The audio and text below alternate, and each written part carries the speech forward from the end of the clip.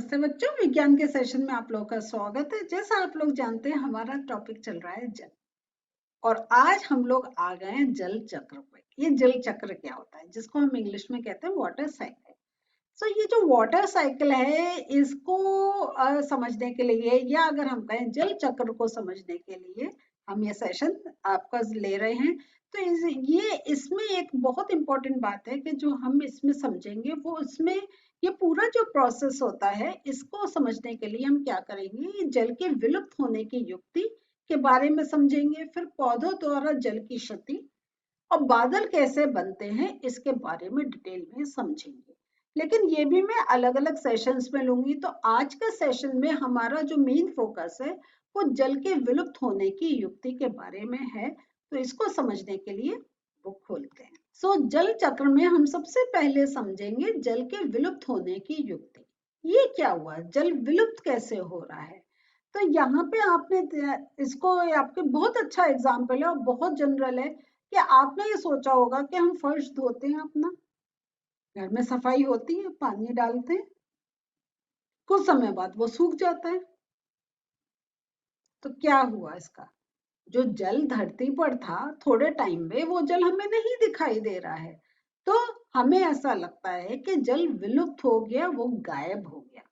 तो इसी प्रकार हमारे जो कपड़े हैं, गीले हैं, हम लोग अपना वॉश करते हैं कपड़े, और उसमें जब हमारे कपड़े थोड़े समय बाद हमें लगता है कपड़े सूख जाते हैं, तो क्या हुआ, जल विलुप्त हो जाता है। तो यहाँ पे हम ये देखते हैं कि वर्षा के पश्चात गीली सड़कों, छतों तथा अन्य स्थानों से भी हम देखते हैं जल विलुप्त हो जाता है। हमें थोड़े समय के लिए गीला दिखाई देता है, लेकिन उसके बाद हमें वहां जल की उपस्थिति नहीं दिखाई देती। हमें बस यही, और हम जो अगर कहीं गया है तो हमें जल ऐसे विजिबल भी नहीं होता कि अच्छा ये यहाँ से यहाँ चला गया, नहीं, ऐसा भी नहीं। वो अगर जैसे कहते हैं ना विलुप्त, गायब हो जाना, इस प्रकार हो जाता है। तो यहाँ पे जैसा आपको याद है कि हमारा जो इससे पहले जो हम लोगों ने एक चैप्टर करा था, उसमें हमने एक क्रियाकलाप करा था जिसमें हमने उस जल को गर्म किया था जिसमें नमक घुला था। और हमने क्या देखा था कि जब नमक घुला जल को हमने वाष्पीकरण करा था, उसका इवापोरेशन करा था, तो जल तो एक, हम जैसा कह रहे हैं, विलुप्त हो गया था। और लेकिन उसके नीचे हमने देखा था जो नमक था, वो हमने नीचे देखा था कि नमक शेष रह गया था। तो यहाँ पे जो एक चीज हमें समझ में आती है कि जल को जब एक प्रॉपर उसका टेम्परेचर मिलता है, तो वो जो जल है वो जल वाष्प में परिवर्तित हो जाता है। तो जल जो है वो जल वाष्प में परिवर्तित हो जाता है। और दूसरी जो हमने वाष्पीकरण करा था, जो एक नमक घुला हुआ जो हमने एक लिक्विड लिया था और उसको जब हमने हीट करा था, उसको जब गर्म किया था, तो देखा था जो जल है वो तो एक विलुप्त हो गया, लेकिन नीचे लवण बच गया। तो उससे हमें ये भी एक चीज पता चलती है कि जो जलवाष्प बनती है वो अपने साथ लवण का वहन नहीं करती है, वो अपने साथ लवण को नहीं एक इवोपरेट करती है। तो इसी प्रकार बनी जलवाष्प वायु का एक भाग बन जाती है। और ये जो वायु का एक भाग बन गई है, तो जैसे हमें वायु एक विजिबल नहीं है, वायु को हम अपनी आंखों से नहीं देख सकते हैं, तो इसी तरह से जलवाष्प को भी हम अपनी आंखों से देखने में असमर्थ होते हैं। और हमने ये भी देखा कि जल को गैसीय अवस्था में परिवर्तित करने के लिए उसको गर्म करना अनिवार्य है। अगर वही कि अगर उसको उतना पर्टिकुलर टेम्परेचर नहीं मिलेगा तो जल विलुप्त नहीं होगा। और इसका सबसे बढ़िया एग्जाम्पल है कि ठंड के दिनों में जब बहुत ठंड होती है तो आपके कपड़े नहीं सूखते हैं, है या नहीं है। और गर्मियों में वही कपड़ा आपका आधे घंटे में एक ड्राई हो जाता है। तो ये इसका यही हुआ कि गर्मी में उसको उतना एक तापमान मिल रहा है जिससे वो वाष्पीकृत हो रहा है, सर्दियों में उसको उतना तापमान नहीं मिल रहा है, इसलिए वाष्पीकरण नहीं हो रहा है। तो अक्सर आप देखते हैं कि हम अपने ड्रायर में चलाते हैं, हमने अगर घर में अंगीठी जलाई है हम उसके ऊपर कपड़ा रखते हैं, प्रेस करके उसको करते हैं। तो ये सब क्या है, ये हम हीट दे रहे हैं कि जो जल हमारे कपड़ों के अंदर है वो वाष्पीकृत हो जाए। तो और हमने ये भी देखा कि खेतों, सड़कों, छतों तथा अन्य जमीनी क्षेत्रों से भी जल जलवाष्प में परिवर्तित होता रहता है। तो दूसरा जो एक और चीज देखी, ये तो हमारा जो घर में हमारा बारिश हो गई है, हमने जो जल डाला है वो वाष्पीकरण हो रहा है, लेकिन खेतों में भी हम जल डालते हैं, सड़कों पर भी जल पड़ा होता है, हमारे छतों पर भी होता है। तो हर जगह जहां जहां जल है वहां वहां उसे जब उसका पर्टिकुलर एक टेम्परेचर मिल जाता है वो वाष्पीकृत हो जाता है। और ये हमने इससे पहले अध्याय में ये भी एक और चीज डिस्कस करी थी कि महासागरों का खारा जल को अगर हमने एक बहुत गड्ढों में एक भर के रख देते हैं, उनको एकत्र करते हैं और फिर उनमें वाष्पीकरण की क्रिया होती है, उसके बाद हम क्या देखते हैं, जल तो वाष्प बन के जलवाष्प रूप में हमारे एटमॉस्फेयर में मिल गया, लेकिन हमें पीछे मिल जाते हैं सॉल्ट, और नमक बनाने का यही एक प्रोसेस होता है।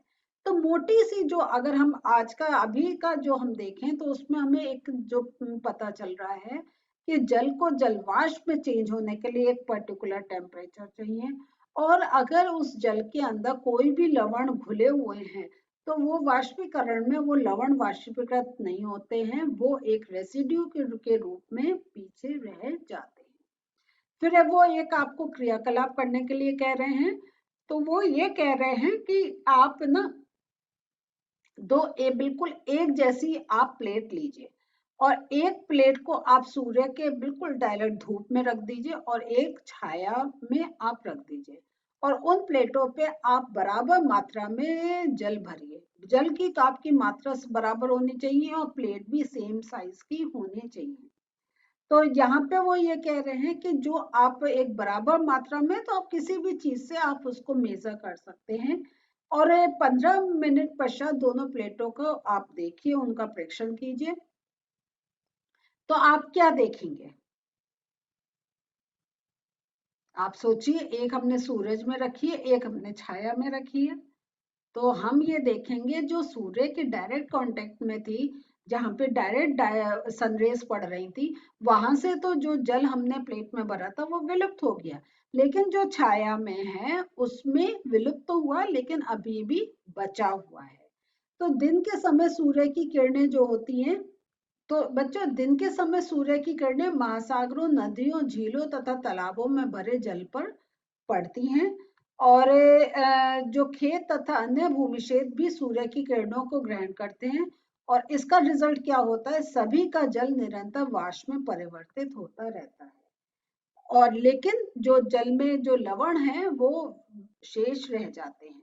तो यहाँ जो हम देख रहे हैं कि ये जो सूर्य की किरणें जहां जहां पड़ रही हैं वहां से वाष्पीकरण की जो प्रक्रिया वो बहुत जल्दी हो रही है, जहां नहीं पड़ रही है वहां पर भी वाष्पीकरण चल रहा है, लेकिन वो जो चल रहा है वो थोड़ा स्लो प्रोसेस में चल रहा है।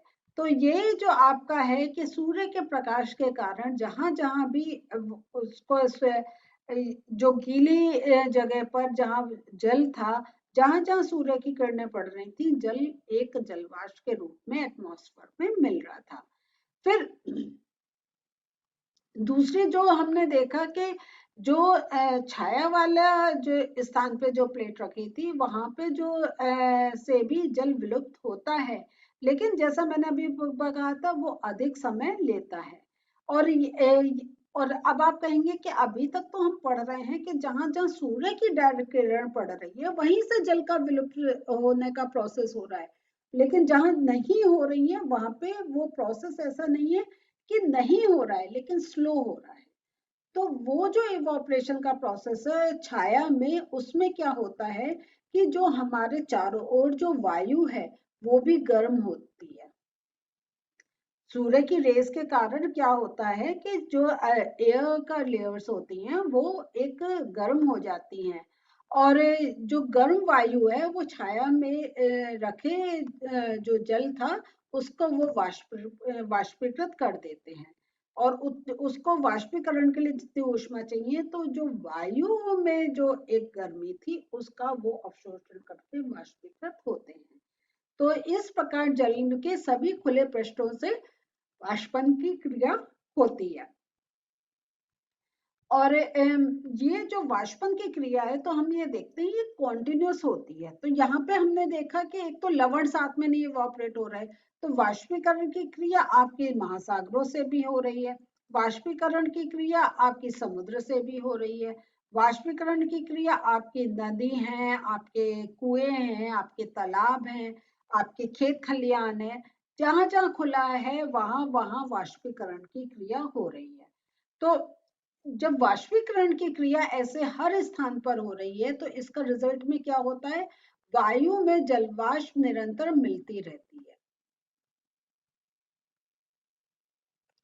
तो धीरे धीरे क्या है, क्योंकि वाष्पीकरण की क्रिया चल रही है, तो जलवाष्प एक वो निरंतर एटमॉस्फेयर में एक एड ऑन होती रहती है। और ये जो वाष्पन की क्रिया अगर देखें है काफी एक स्लो प्रोसेस।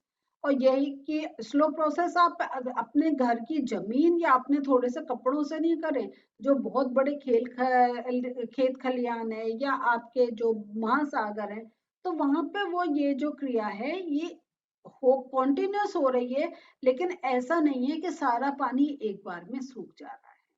तो ये देखते हैं कि जल का वाष्पन एक धीमी प्रक्रिया है। और यही कारण है कि जल से भरी किसी बाल्टी से जल की इस क्षति को हम बहुत कम देख पाते हैं। तो ये कि हमने ये अब आप ये बहुत अच्छा आपको एक एग्जांपल यही दिया है कि हम जैसे एक बाल्टी भरकर रख देते हैं, ठीक है। सो यहाँ पे जब बाल्टी भर के, तो ऐसा नहीं है कि हमने मॉर्निंग में भरी और शाम को हमें उस बाल्टी में पानी नहीं मिल रहा कि सारा पानी वाष्पीकृत हो गया, ऐसा नहीं है। क्योंकि वाष्पीकरण की क्रिया बहुत स्लो हो रही है, तो बहुत हल्के हल्के, हाँ, वो पानी अगर आप बाहर धूप में रखें और 4-5 दिन के लिए रखें, तो जरूर वो ड्राई हो जाएगा उतना पानी। लेकिन बहुत कम पानी है, जैसे हमने अपना बाहर का फर्श वॉश करा है या बर्तन जो वॉश कर रहे हैं, वो थोड़ा सा उनके अंदर जल है, वो वाष्पीकृत जल्दी हो जाएगा क्योंकि उसकी क्वांटिटी कम होती है। तो और हम ये एक जानते ही हैं कि सूर्य के प्रकाश से वाष्पन जो की क्रिया जो होती है वो तेज होती है।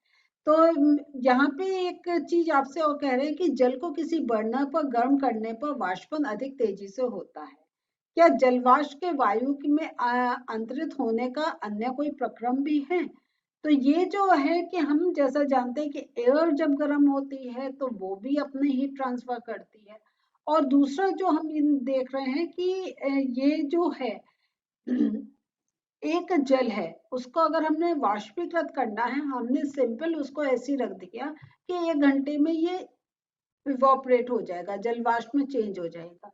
लेकिन वो थोड़ी ही क्वांटिटी एकदम हम हमारे आंखों के आगे विजिबल होती है।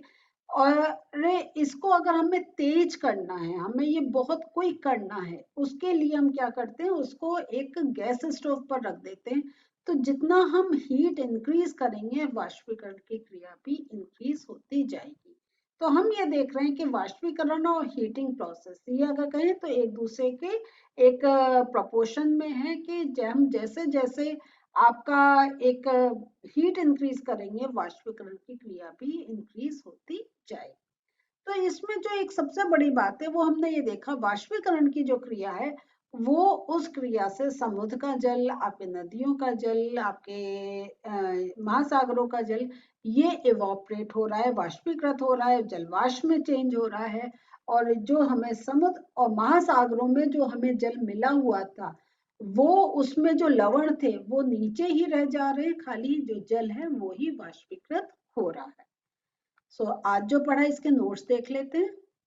जल का वाष्पीकरण हमें ज्ञात है कि गर्म करने पर जल वाष्प में परिवर्तित हो जाती है, जिसको हम जल वाष्प कहते हैं। जल वाष्प अपने साथ लवणों का वहन नहीं करती है।